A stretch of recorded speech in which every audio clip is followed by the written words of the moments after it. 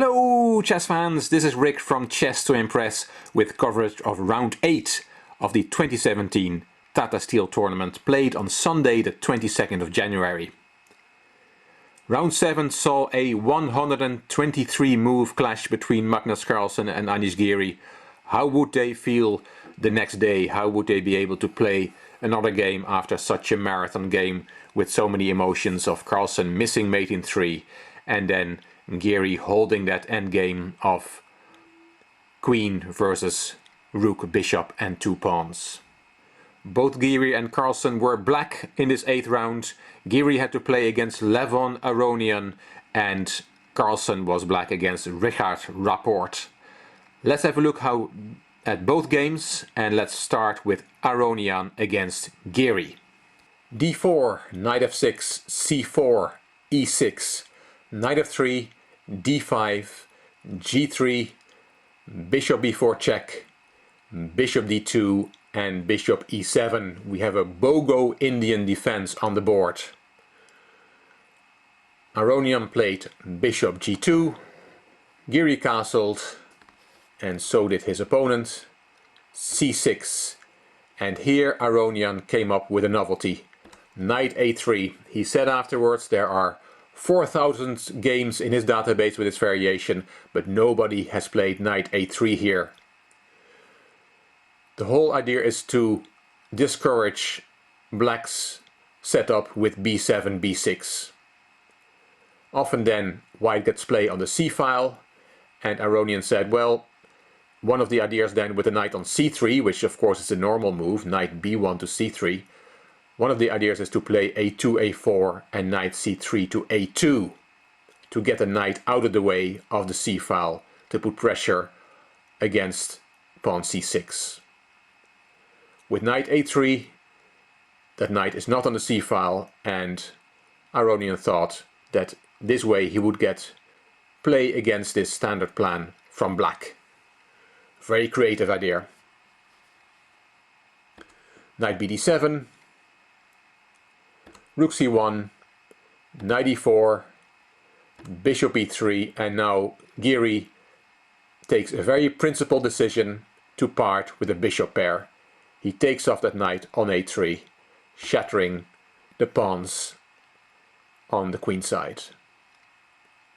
Knight d6, c5, knight c4, and now Aronian decided to sacrifice an exchange. In the style of his countryman, the great Tigran Petrosian, the 9th world champion, but Aronian said that yes, Petrosian is famous for his exchange sacrifices, but often he had a lot less for it than Aronian has in this game. He felt this was a very easy exchange sacrifice for somebody at his level anyway.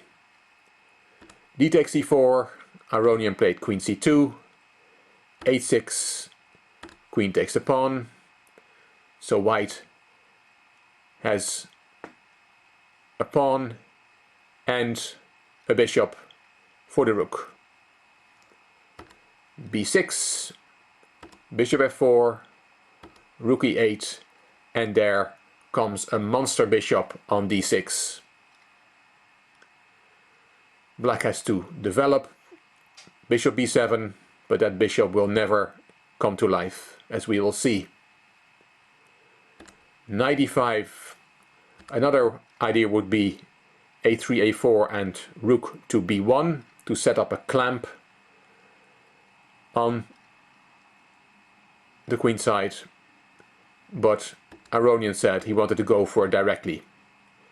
He said this is almost psychological, you want him to feel it.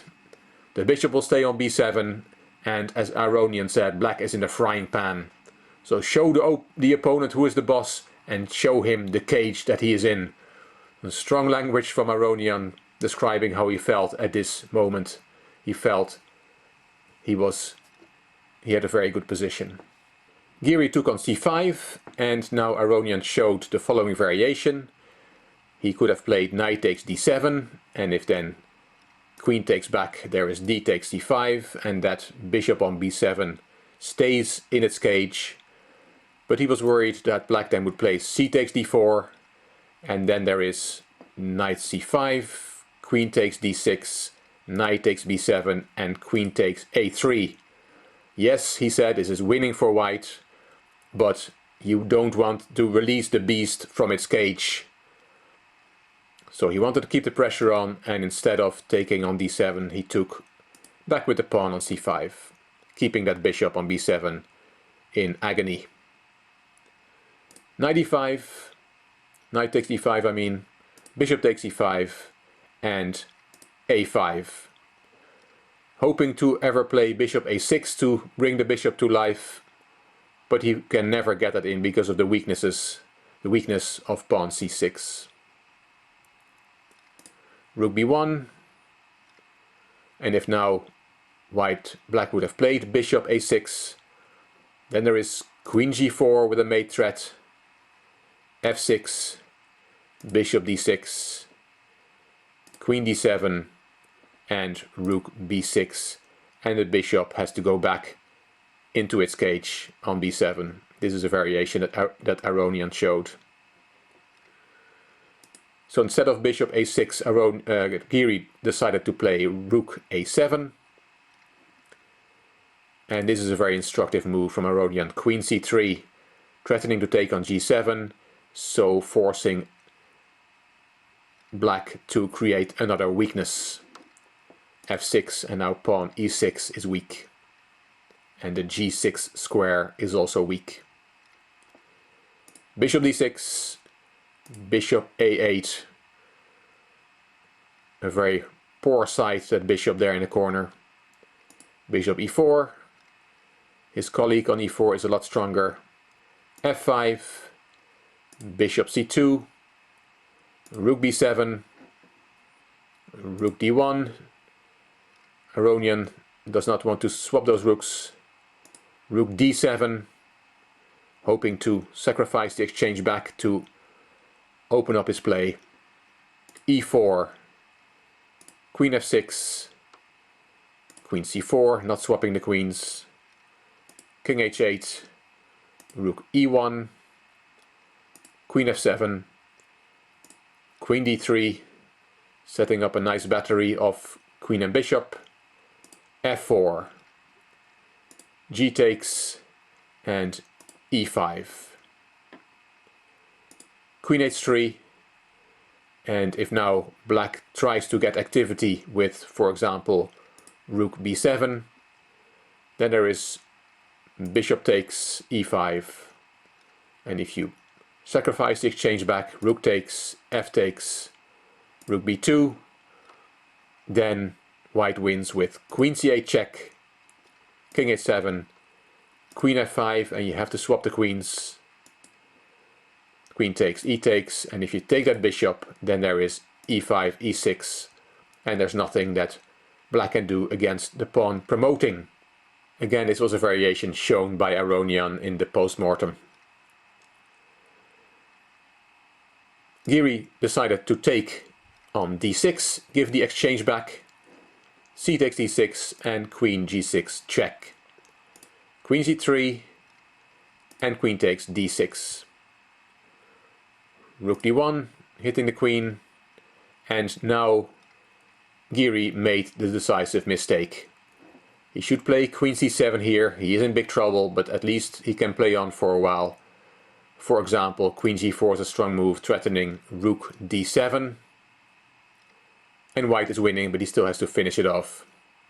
The move that Giri played was queen c5, and that loses.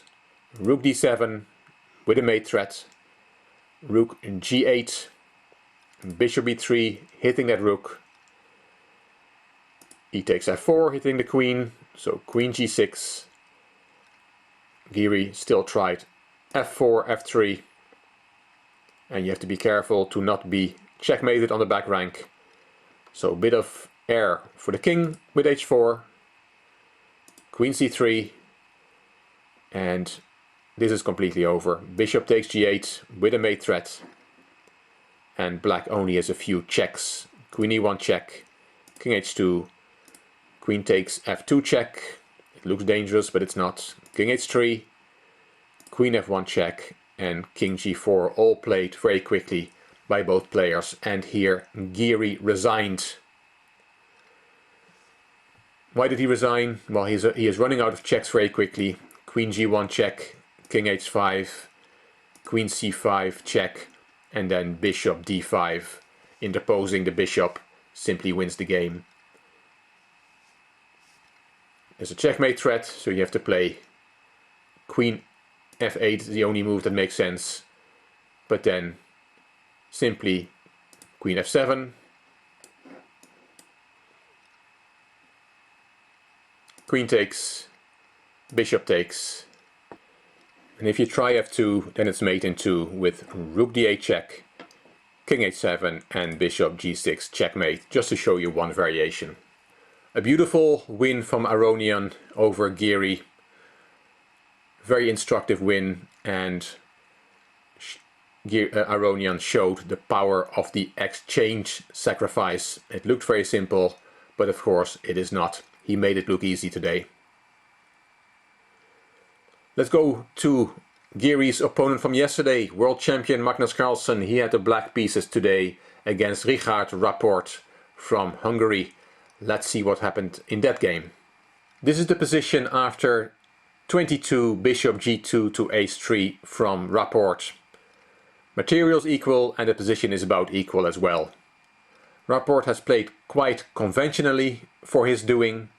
He is known to be playing always very creative chess, but in his first game, his first ever game against the world champion, he decided to play conventionally, calmly and cautiously. Carlsen tried to make something of this. He tried to look for winning chances and he went too far. He played here the move d4, d3, and this is a nice moment to show you a tweet from Fabiano Caruana, who is not playing this year in the Tata Steel tournament. He said, Giri entombs his bishop on a8, Carlsen puts his on h7 and plays d3. Why isn't anyone thinking of the bishops? And indeed, we saw Giri's bishop being miserable on a8, and now we see Carlsen doing the same really with his bishop on h7, looking at his own pawn on d3. This is very risky for black, unleashing now white's e and f pawns. e3, strong move. Knight e5, bishop g2, rook c8, and the very strong f4. And according to Aronian, who looked at this game in the studio with Grandmaster Yassar, this must have been the move that Carlsen had underestimated. He played knight e2, g4, and then e3, e4, with the obvious threat of e4, e5 winning a piece. If you try to save the piece with, for example, queen e6, then there is e5, knight d7, and then bishop d5 is very strong. Queen e8, for example, and then there is many moves. One of them is queen a4, hitting the knight, and this is a very dominating position for white. Black is very passive, his pieces are very badly positioned. Look at the bishop on h7, look at the knight on g4. This is not what Carlsen wanted to play, so he decided to sacrifice a piece after e3, e4. He played rook e8, Rapport played e5 with the fork, knight takes e5, f takes e5, rook takes e5, so Carlsen gets 2 pawns for the piece and active play. But it is in vain. Rook b6 is a very strong move. If you take that rook, then your own rook is unprotected with a winning position for white.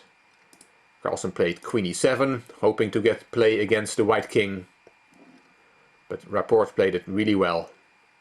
Rook b8 check, knight e8, and the very strong, the killing move, bishop c6, with a double attack on that knight. And he had seen what was coming.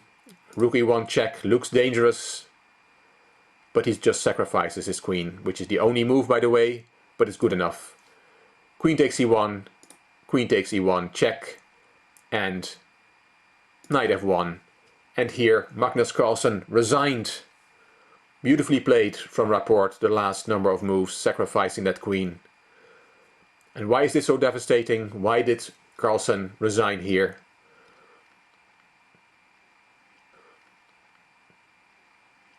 d2 is an obvious move, but then there is simply knight b takes d2, and white wins this easily. There's a terrible threat with rook takes e8, after which you have to give your queen for the rook. So king f8, but then also rook takes e8 check, and you still have to give your queen for the rook. Queen takes, bishop takes, king takes, and this is a simple endgame. Two knights versus a bishop. The c5 pawn will also get lost, and this is not something that even Magnus Carlsen can save against a strong grandmaster. Very nice win for Rapport, who had a tough tournament so far, but this was a game he will remember forever. The results from round 8. We see 3 wins for white and 4 draws.